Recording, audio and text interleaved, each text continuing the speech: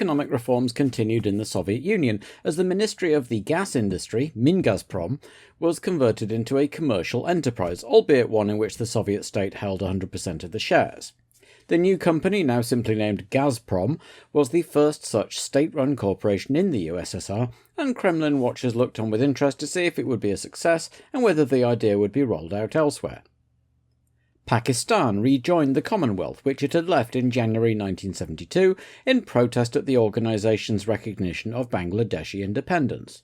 The most immediate consequence was that Pakistani athletes would now be able to compete at the upcoming 1990 Commonwealth Games in Auckland, but many hoped it also signalled a warming of relations with neighbouring Commonwealth member India. The presidents of 5 Central American countries met to try and end the ongoing Nicaraguan civil war, now that the US had withdrawn material support for the Contra rebels after the controversy over arms sales to Iran, and the Soviet Union had likewise stopped supporting the Sandinista government. It was agreed that the Contras would be disbanded and ejected from their bases in Honduras, and free elections planned for Nicaragua early in 1990.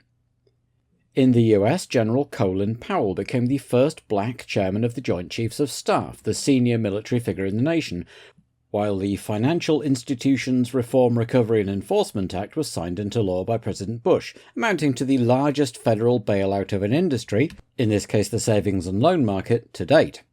And there were more changes at the top around the world as Bolivia went to the polls to elect a new president. Gonzalo Sanchez de Lozada and former dictator Hugo Banzer were the top 2 in vote numbers, but as usual neither could get the 50% needed for an uncontested election, so it came down to political horse trading. And in the end, socialist Jaime Paz Zamora, who'd come third, was supported by Banzer and became the new president. The unlikely collaboration between General Banzer and the man whose party he'd once banned was described as a patriotic accord for the good of Bolivia. David Lange resigned as Prime Minister of New Zealand, citing health concerns, though in reality it was more to do with an internal political struggle within the New Zealand Labour Party over its economic policies. Finance Minister Roger Douglas had instituted a series of radical measures, including selling off state assets, cutting regulations and subsidies, and floating the New Zealand dollar on the stock market, which many felt betrayed the principles of the Labour Party. A leadership election saw Lange fight off a challenge from Douglas, but when the latter was re-elected to the cabinet, Lange saw it as a vote of no confidence in all but name and resigned. His position was taken by Geoffrey Palmer, not that one, the Minister of Justice who would lead the party into the 1990 general election. Toshiki Kaifa took the hot seat in Japan after the departure of Soseki Uno, elected on a platform of cleaning up Japanese politics, despite coming from one of the smaller factions within the Liberal Democrat Party. And on the day after the Hungarian Grand Prix, P.W. Botha resigned as President of South Africa and was replaced by F.W. de Klerk.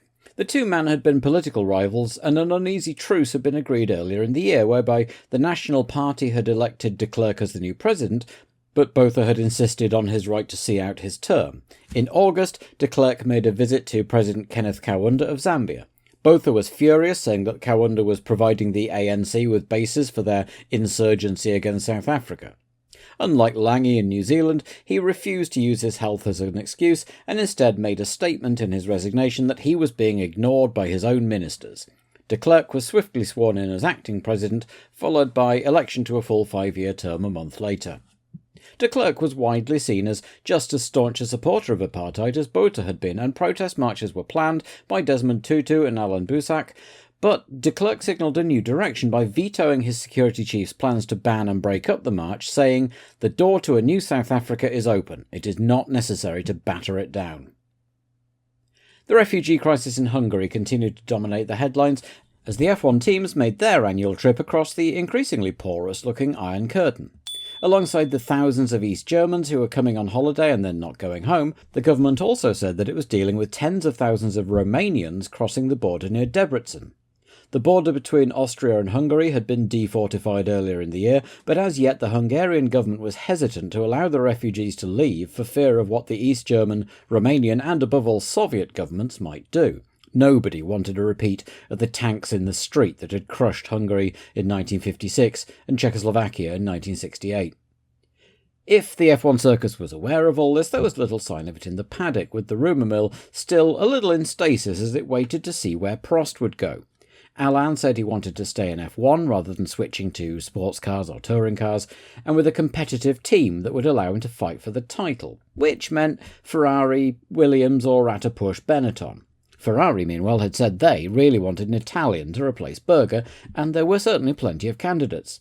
Mansell, when asked, seemed pretty sanguine about the idea of Prost coming in, even if it would apparently mean having to renegotiate certain aspects of his contract, and he described Prost as one of my few friends in F1.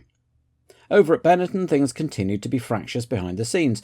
Luciano Benetton had brought in his friend Flavio Briatore as commercial manager early in the year, after Flavio had returned to Italy from the Caribbean, where he'd been hiding from imprisonment on a variety of fraud convictions, and running a couple of Benetton outlets. He came back after an amnesty, and when he was appointed to the F1 team as an Italian presence, despite having previously proclaimed a total lack of interest in the sport, there was a bit of concern, particularly from Peter Collins. But things seemed to have calmed down a little in the meantime. Now, though, with Ford racing head Mike Cranafus putting pressure on Benetton to up their game, tempers were fraying and Collins and Briatore were beginning to butt heads. Collins had a visit from Benetton's lawyers reminding him that he was an employee and if Luciano wanted Briatore, then Briatore he got. It was widely rumoured that Collins would be walking out soon. Porsche had confirmed that they were building a 3.5-litre V12 engine that might be suitable for F1, probably ready no sooner than 1991, but as a relatively small company in terms of manufacturing capability, they would need to partner up with another company and a competitive team to find the $45 million needed for development. That approach had worked for Porsche before, of course, with the highly successful TAG partnership, but the question was which teams might be good fits, with Honda, Renault and Ford pretty well ensconced at the top teams. Lotus, Brabham and Ligier were mooted as maybe finding a way back to the top with Porsche. Arrows were having a good season and looking for a works deal, while Onyx were a strong up-and-coming contender. Jean-Pierre Van Rossum certainly thought so, and gave an interview claiming that he'd signed a 5-year deal with the German manufacturer, something swiftly designed by both Porsche and Onyx team boss Mike Earl. The Hungaroring circuit had been slightly amended for 1989, with the chicane at Turn 3 removed. It had been a temporary measure when the original planned layout had come across an unexpected spring.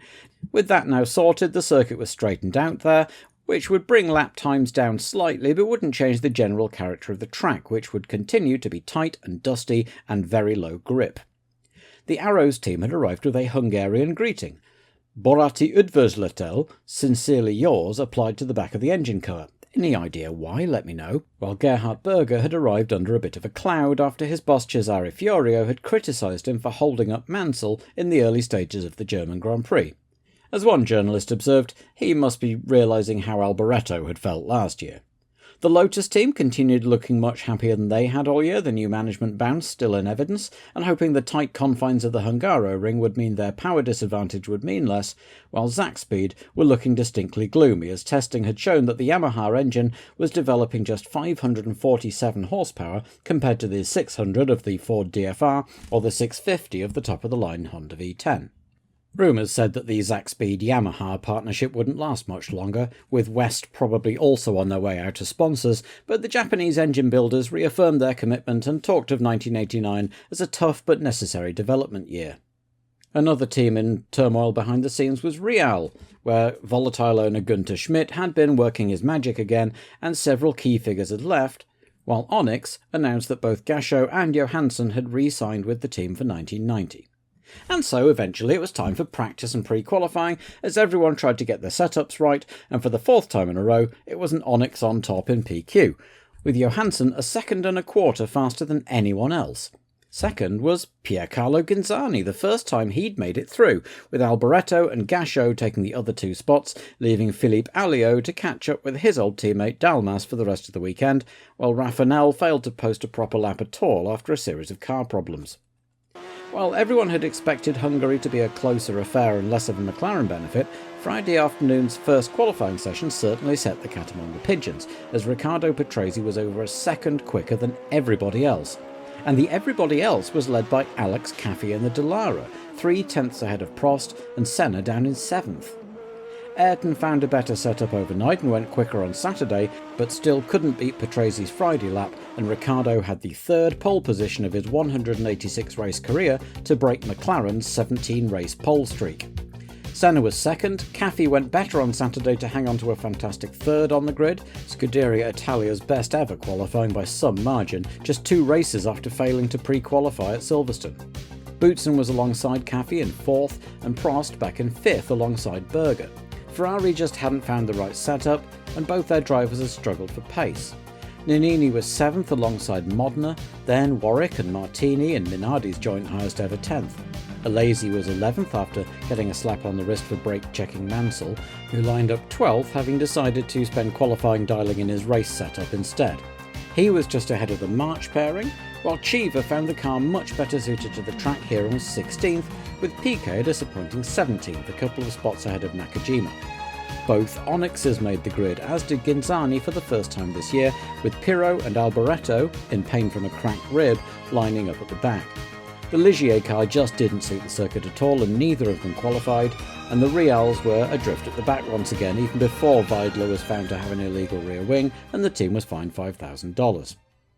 Sunday warm-up saw a couple of interesting developments. Firstly, Mansell was fastest, having attached a gurney flap to his front wing, which seemed to make a lot of difference, and Piquet was 5th, indicating that they might be able to make some progress during the race, while Caffey only went 17th fastest, indicating that the Pirelli race tyres might not be as good as their qualifying rubber. Secondly, Berger was having trouble with the hydraulic pressure in his gearbox, but rather than just changing the unit, the team only changed some of the fittings, further confirming to the Austrian that the team no longer cared much about him now that he was leaving at the end of the year, and since the demise of the Austrian Grand Prix a couple of years ago, Hungary had been effectively his home race, with Austrian fans pouring across the newly porous border in greater numbers than ever. So the cars lined up for the 4th Hungarian Grand Prix, with Pirro, Capelli and Boutsen in their respective spare cars after a fire, a crash and a dud alternator respectively. And if the pundits were expecting Senna to blast into the lead, they were wrong, as he got away slightly sluggishly, and even looked briefly as if he might lose second to Caffey, while Patrese made a great start, held off Senna, and took the lead into the first corner, followed by Senna and Caffey, with Berger 4th, while Mansell had a great start and made his way up from 12th to 8th at the first corner, and De Cesaris retired with a dud clutch pretty much straight away. So, with Patrese never the easiest man to pass, and the Hungaroring never the easiest circuit to pass on, the question was whether Senna could get through, or whether he would wait to see what transpired as and when the expected tyre stops came round. Alesi made a stop on lap 3 after having an off-camera tangle with Martin Brundle, and meanwhile Caffey was indeed finding his race tyres subpar and succumbed to Berger on lap 4, with Prost now also hanging onto the Dallara's rear wing. In fact, Caffey had accumulated a bit of a train at this stage as Berger disappeared into the distance, so Prost would be acutely aware that Senna was gaining ground all the time. But not for long. Prost quickly disposed of Caffey on the straight and set off in pursuit of the top 3 of Patrese, Senna and Berger. Ghinzani celebrated making his 1989 race debut, and ensured a bit of coverage for his sponsors, by doing a bit of impromptu cross-country on lap 9. His stated aim for the day was just a finish, but it wasn't looking good on the strength of that. A few laps later, and Berger was hard on Senna's heels, also benefiting from the addition of a gurney flap to his front wing, as Nannini made the first tyre stop, quite early on lap 12, and rejoined 19th. Boutsen was dodging this way and that, trying to get past Caffey, while also fending off a charging Mansell, and Derek Warwick was now closing on the 3 of them in his arrows. Up front was another 4-way scrap, as Patrese was doggedly hanging on in the lead, with Senna, Berger and Prost all queued up behind. Martini came in to retire on lap 20 with a broken brake duct that had caused a small fire, and while the cameras were watching that, Mansell got ahead of Boutsen, and now it was his turn to stare at the Marlboro logos on Caffey's rear wing for a while, as Ghinzani came in to retire with electrical problems. Mansell inveigled his way past Caffey on lap 22, as Boutsen came in for tyres, and soon Nigel couldn't even see the Dallara in his mirrors as he stormed off after the leaders. Patrese lapped Alboreto, but Senna arrived just at the wrong moment and was balked, which nearly let Berger through, as Ayrton had to chuck out the anchors, only for Alboreto's Lamborghini engine to let go a lap or so later, as Ivan Capelli came in to have a tyre change, only to find an important part of his wheel hub had sheared off and he was unable to continue. Berger was the first of the leading group to make a tyre stop, a quick one, which allowed Prost to close right up behind Senna, while Mansell was now 4th and just 4 seconds behind the 2 McLarens. Warwick came in for a lengthy stop as the team investigated a handling problem on his arrows, which turned out to be a loose wheel nut, so he was fixed up and sent out, only to be immediately tripped over by Nakajima, passing the pit lane, sending the Lotus into the gravel, but without overly impacting Derek's afternoon. Caffey came in from 9th on lap 36 of the 77, getting on for halfway, as Brundle, struggling for grip on his own Pirellis, had another encounter with a lazy, coming off second best this time, but able to get a shove and keep going just as Jean had at Hockenheim. Soon the top four, Mansell now attached to the back of the group, were coming up to lap Martin, but before they could do so, the number 27 Ferrari got much better momentum coming out of the last corner and shot past Prost on the straight. Patrese, Senna and Mansell were by now right together. Half distance came and went, and Prost and Berger were close behind too, the top five covered by just 10 seconds or so as the laps ticked through the 50s. They all streamed past Palmer's Tyrrell as he slowed for the pits and was nearly rear-ended by Warwick, and then, as lap 53 began, Senna made his move, pulling left to slingshot past Patrese. When Mansell came piling past later in the same lap, it was obvious that Ricciardo had a problem. In fact, it was the same one he'd had at Silverstone. A stone had put a hole in his radiator, and he pulled off, to an appreciative cheer from the crowd. So now Senna led, but an aggressive Mansell was right on his gearbox and clearly able to go faster. The Ferrari dodged this way and that while Senna used all his considerable talent, making the McLaren as wide as possible, and had just enough grunt behind him to stay ahead on the straight. The other Ferrari lasted until lap 56 before the entirely predictable gearbox failure. Having gearbox trouble of his own was Stefan Johansson, and he slowed suddenly as the leaders came round to lap him, balking Senna and allowing Mansell to sweep round both of them into the lead. So with 20 laps to go, Mansell led Senna, Prost, Cheever, Boutsen and Piquet in the top six, and Prost had to make a tyre stop on lap 62, having picked up debris on his tyres after going offline to avoid Patrese's oil. It was a good stop, but it dropped Prost to 5th. There was a hair-raising moment for Mansell as Salah spun right across his bows after being nudged by Modena, but slowly Nigel eked out his lead over the world champion as the laps ticked down. Prost put his foot down to try and regain some points, while Cheever only had a few laps to enjoy third place before Boutsen came muscling past. Both leaders were still going at it hammer and tongs, setting lap times in the 1:22s, which would have put them in the top half of the grid in qualifying, while Prost likewise reeled Cheever in and passed him for 4th on the last lap. But Nigel Mansell wasn't to be caught and came in for his second win for Ferrari and the 15th of his career, with Senna in the end some 25 seconds back after easing off to ensure that he finished. Boutsen took 3rd place, Prost was 4th with Cheever 5th and Piquet 6th, with Alex Caffey the last to go the full distance in 7th. Pirro was 8th in the spare Benetton despite being very uncomfortable in a cockpit not designed for him, and half the field finished overall.